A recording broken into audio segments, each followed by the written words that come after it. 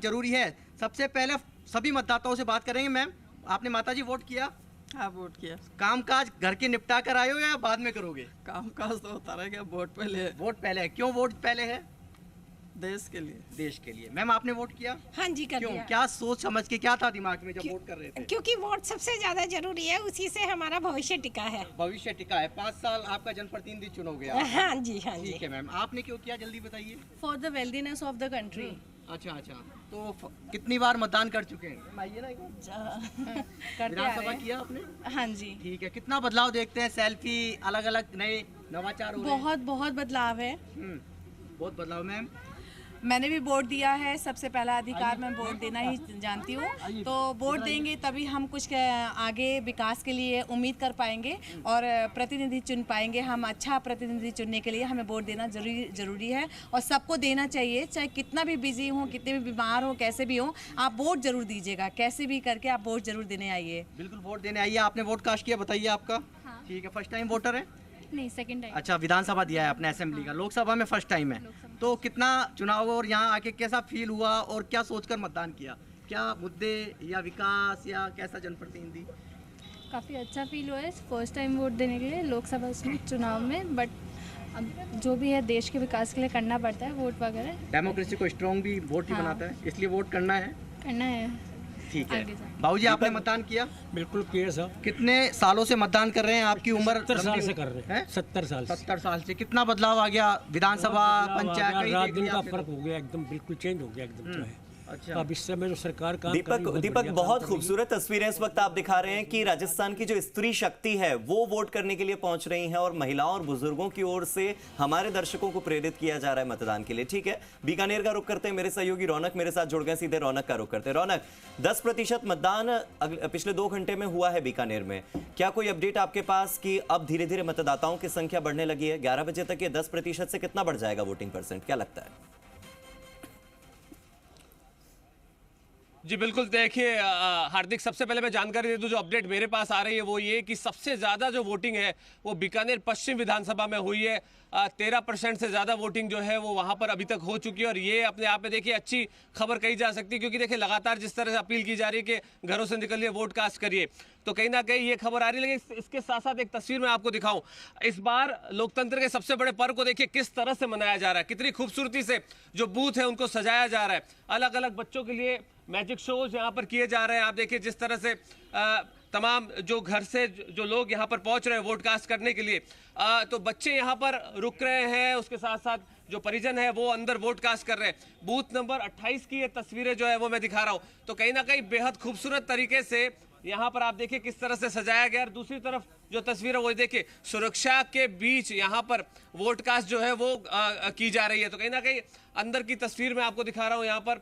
और कुछ ही देर में यहाँ पर देखिए मेयर सुशीला कंवर जो है वो यहाँ वोट कास्ट करने के लिए पहुंचेंगी, तो उसकी तस्वीर है। कहीं ना कहीं अंदर देखिए किस तरह से सुरक्षा के इंतजामातों के बीच अब लोग जो है घरों से बाहर आए हैं, वोट कास्ट कर रहे हैं और कहीं ना कहीं लोकतंत्र के सबसे बड़े पर्व यानी लोकसभा आम चुनाव को लेकर जो है वो यहाँ पर वोट करते हुए नजर आ रहे हैं। तो तस्वीरें यहाँ पर मैं दिखा रहा हूँ। जी हार्दिक जी ठीक है रौनक, फिर से आपके पास हम लौटेंगे। हमारे तमाम मेहमान भी हमारे साथ जुड़े हुए हैं और मदन जी, ब्रेक से पहले और इस खबर को बताने से पहले आप कुछ अपनी बात कह रहे थे, प्लीज वो कंप्लीट कीजिए, फिर मैं दूसरे गेस्ट पे जाऊंगी।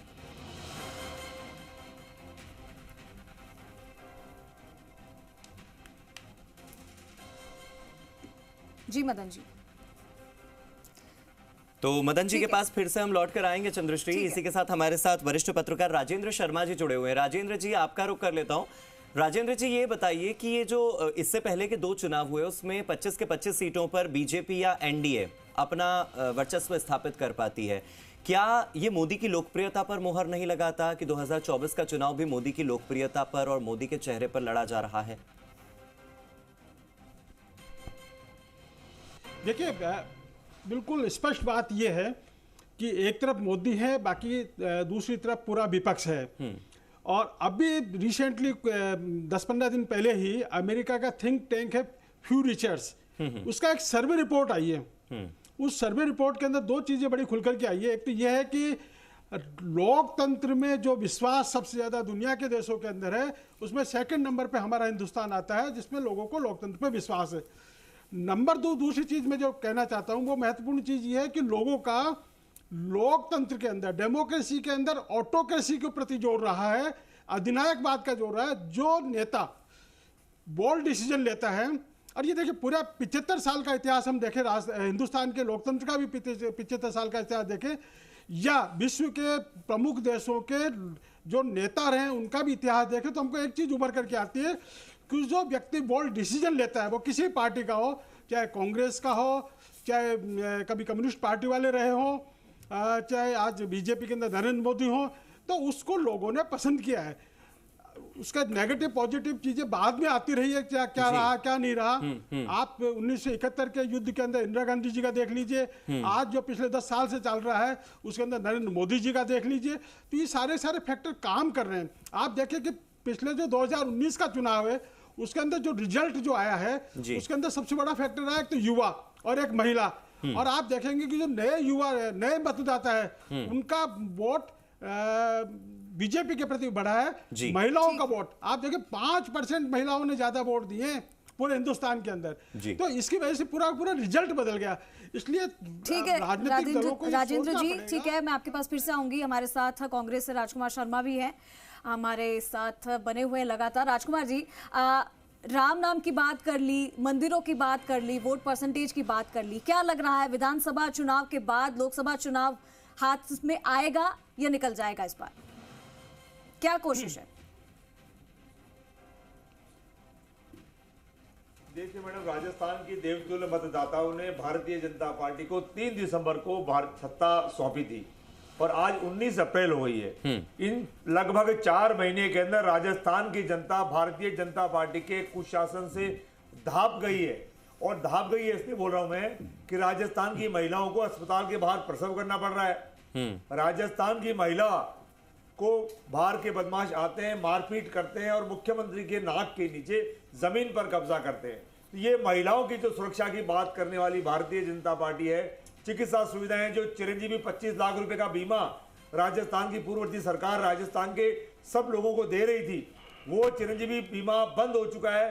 राजस्थान में अस्पतालों में लंबी लंबी लाइन लग रही है और सुमोटो चीफ मिनिस्टर जो दूसरे चीफ मिनिस्टर राजस्थान में काम कर रहे हैं, CS सुधांशु पद लगातार ऐसे अस्पताल में जा रहे हैं, लेकिन वहां की मेडिकल सुविधाएं चिकित्सा सुविधाएं सुधर नहीं रही है।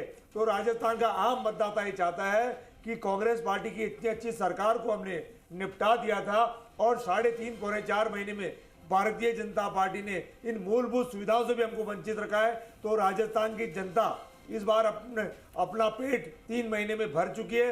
और 2024 का जो चुनाव है, 2014 में 2019 में भारतीय जनता पार्टी को 25 सांसद दिए थे।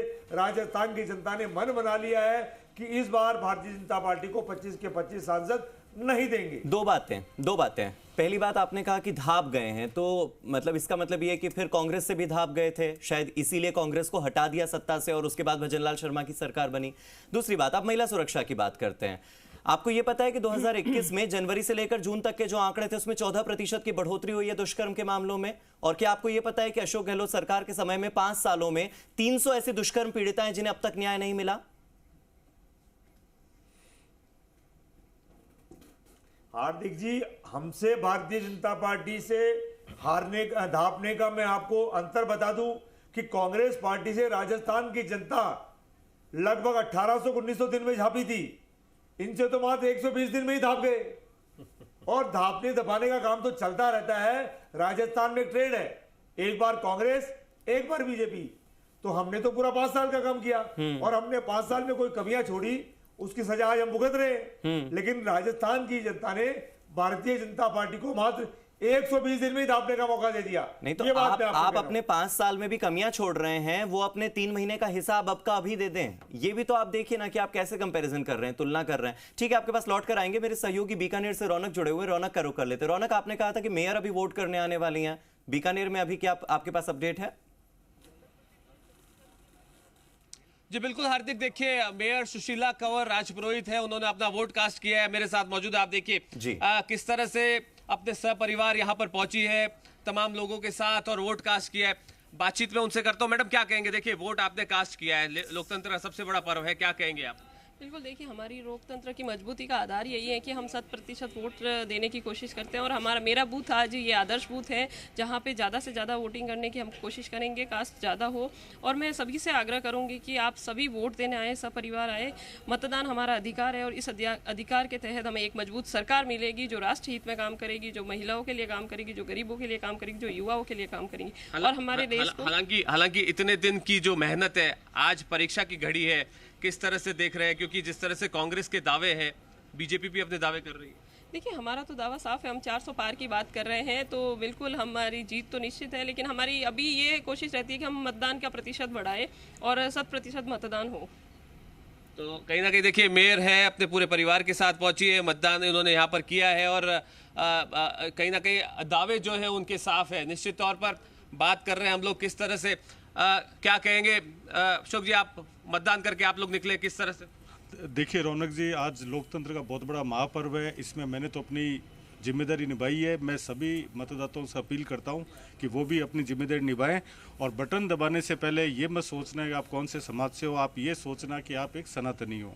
नमस्कार। बिल्कुल, देखिए तस्वीर साफ है, आदर्श बूथ है, 26 नंबर बूथ के बाहर की तस्वीरें हैं। मेयर अपने पूरे परिवार के साथ यहाँ पर पहुंची है, मतदान यहाँ पर किया है और ये कहा जा सकता है कि जिस तरह से तमाम लोगों से अपील की जा रही है कि वो घरों से निकले और वो मतदान करें। क्या कहेंगे, मतदान की अपील आप लोग कर रहे हैं, निकले कार्यकर्ताओं के साथ फील्ड में भी लगे होंगे? बिल्कुल रौनक जी, देखिए आज का दिन बहुत महत्वपूर्ण है क्योंकि ये सिर्फ हमारा अधिकार नहीं, हमारा कर्तव्य भी है। एक देश में सशक्त सरकार चुनने के लिए ये हमें अपनी भागीदारी निभानी पड़ेगी और मैं सबसे अपील भी करता हूं कि आप घरों से निकलें, ज़्यादा से ज़्यादा मतदान करें ताकि देश को एक सशक्त नेतृत्व मिल सके। और आपके चैनल के माध्यम से एक बार फिर मैं अपील करना चाहता हूं कि सभी वोट करें। बिल्कुल बिल्कुल, देखिए तस्वीर साफ है, हार्दिक और तमाम लोग घरों से निकल रहे हैं, मतदान कर रहे हैं। देखिए सबसे बड़ी खबर जो मैं दे रहा हूं, सबसे अधिक मतदान प्रतिशत बीकानेर पश्चिम विधानसभा और पूर्व से हुआ, यानी शहरों में लोग जागरूक है। जो 9 बजे तक की जो रुझान जो हमारे पास आया है वोटिंग प्रतिशत का, वो 13% से ज्यादा है। यानी आप देखिए शहरों में लोग जो है ज्यादा वोटिंग करते हुए नजर आ रहे हैं। जी हार्दिक। ठीक है रौनक, आपके पास फिर से लौटेंगे। हमारे तमाम गेस्ट हमारे साथ बने हुए, तो हमसे चर्चा कर रहे हैं और मतदान को लेकर जिस तरीके से मतदान प्रतिशत बढ़ रहा है वो तो दिल की धड़कनें बढ़ा ही रहा है। साथ ही तमाम पार्टियां उनकी साख भी लगी हुई है क्योंकि जो उम्मीदवार उन्होंने खड़े किए हैं जनता के सामने, क्या वो खड़े उतरेंगे, इसी पर जो मतदान प्रक्रिया है वो आगे बढ़ रही है। जी, तो हमारे गेस्ट विकास जी हमारे साथ बीजेपी से जुड़ चुके हैं। विकास जी, तमाम वादे तमाम पार्टियां करती है, अभी तो सिर्फ पहले चरण के मतदान हो रहे हैं, आगे तो पूरा चुनाव बाकी है, देखना है कि कौन सी सीटों पर कौन जीतता है। लेकिन क्या लग रहा है इस बार आपके वादे, आपकी रणनीति, गारंटी जो हर स्टेज से कही जा रही थी, क्या इसी तरीके से जनता का विश्वास आगे भी बना पाएगी? देखिए, मैं आपकी बात से सरोकार रखता हूं और अभी जो कांग्रेस के मेरे मित्र राजकुमार जी जो कह रहे थे उस बात का जवाब भी मैं आपके माध्यम से उनको देना चाहूंगा जी। इन्होंने जिस प्रकार कहा कि राजस्थान की जनता के यहाँ रिवाज है कि वो एक बार कांग्रेस को और एक बार बीजेपी को अवसर देती है, पर मैं महोदय को याद दिलाना चाहता हूं कि राजस्थान ने पिछली बार भी 25 सीटें नरेंद्र मोदी जी को दी थी और उससे पिछली बार भी 25 की 25 सीटें नरेंद्र मोदी जी को दी थी। तो ये रिवाज कहीं ना कहीं मैं नहीं मानता कि भारतीय जनता पार्टी की सरकार और नरेंद्र मोदी जी की सरकार के प्रति है।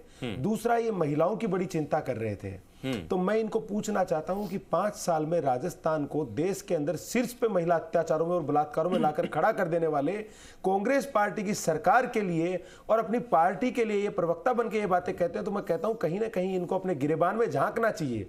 और मैं आपके माध्यम से यह भी बताना चाहता हूं कि विगत महीनों में किस प्रकार आंकड़ों में कमी आई है और किस प्रकार कठोर एक्शन अपराधियों पर लिए गए हैं, ये पूरे देश में राजस्थान ने एक वानगी प्रस्तुत की है, भजनलाल सरकार ने एक वानगी प्रस्तुत की है। दूसरा, नरेंद्र मोदी जी के परिप्रेक्ष्य में जब हम आते हैं तो एक तरफ आप देखते हैं कि एक परिवार जो पिछले 5-6 दशक से भारत की सत्ता के ऊपर किसी भी प्रकार येन केन प्रकारेण शाम दाम दंड भेद हर प्रकार से काबिज होना चाहता है और उस परिवार का विरासत जो देश को मिली है वो क्या है? आप देखिए, भोपाल गैस त्रासदी, देश के अंदर इमरजेंसी, सिखों का नरसंहार और प्रधानमंत्री के द्वारा खुद के द्वारा ये स्वीकार करना कि 1 रुपए में से 85 पैसे खूनी पंजा खाता है, महज 15 पैसे लोगों को दिए जाते हैं। वहीं दूसरी तरफ नरेंद्र मोदी जी है, एक आम चाय वाले का बेटा जो संघर्ष करके देश का प्रधानमंत्री। आपके पास मैं फिर से लौट कर आऊंगा, आपके पास फिर से लौट कर आऊंगा। मेरे साथ मेरे सहयोगी रौनक जुड़े हुए हैं बीकानेर से। अभी एक बड़ी अपडेट आ रही है बीकानेर से, उसका रुख कर लेते हैं, फिर आप अपनी बात पूरी कीजिएगा। रौनक, ओवर टू यू, क्या अपडेट है आपके पास इस वक्त? जी बिल्कुल हार्दिक, देखिए लगातार मैं अपडेट आपको दे रहा हूं। जिस तरह से मेरे पास जानकारी आ रही है कि कई जगहों पर जो है बहिष्कार की खबरें मेरे पास आ रही है, मतदान के बहिष्कार की खबरें साफ तौर पर सामने आई। देखिए नोखा से मेरे पास खबर आई है, नोखा का गांव है दाशनू गांव, वहां पर सड़क की निर्माण की बात को लेकर विरोध जो है वहां पे जनता ने किया है, मतदान का बहिष्कार किया। हालांकि देखिए तमाम अधिकारी और प्रशासनिक अमला जो है मौके पर पहुंचा है। ये भी खबर आ रही है कि समझाइश की जा रही है।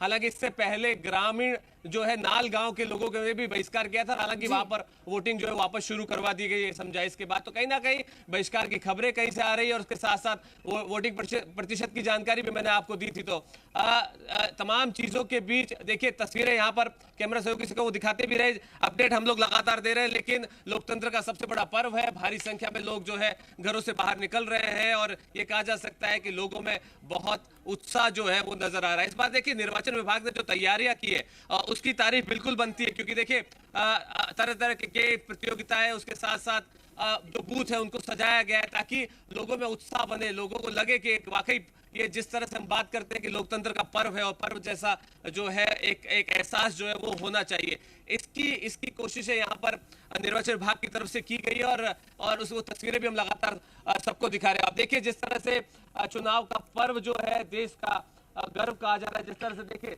तस्वीरें यहाँ पर तमाम लोग दिखा रहे हैं और ये अपने आप में बेहद खास है। क्या कहेंगे गोपाल जी, जो तैयारियां इस बार निर्वाचन विभाग और आप लोगों ने की है मेहनत से, वो कहीं ना कहीं रंग ला रही है, लोगों में उत्साह है? चुनाव का पर्व देश का गर्व को लेकर के लगातार काफी टाइम से गतिविधियों का संचालन किया जा रहा है, जिसमें एक विशेष रूप से हमारी जो गतिविधि थी स्वीप, जिसमें मतदाताओं को जागरूक करने के लिए लगातार जिला निर्वाचन कार्यालय द्वारा प्रयास किए गए, जिसके अंतर्गत विभिन्न तरह की गतिविधियां ग्रास रूट लेवल पर बैठे वोटर तक को मोटिवेट करने के लिए हमने प्रयास की गई।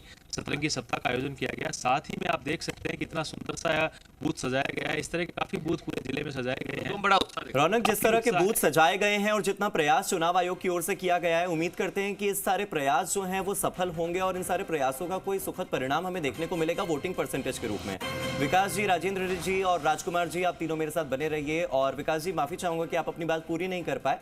रौनक, आप भी मेरे साथ बने रहिएगा। वक्त एक छोटे से ब्रेक का है, ब्रेक के बाद लौटेंगे और हमारे जितने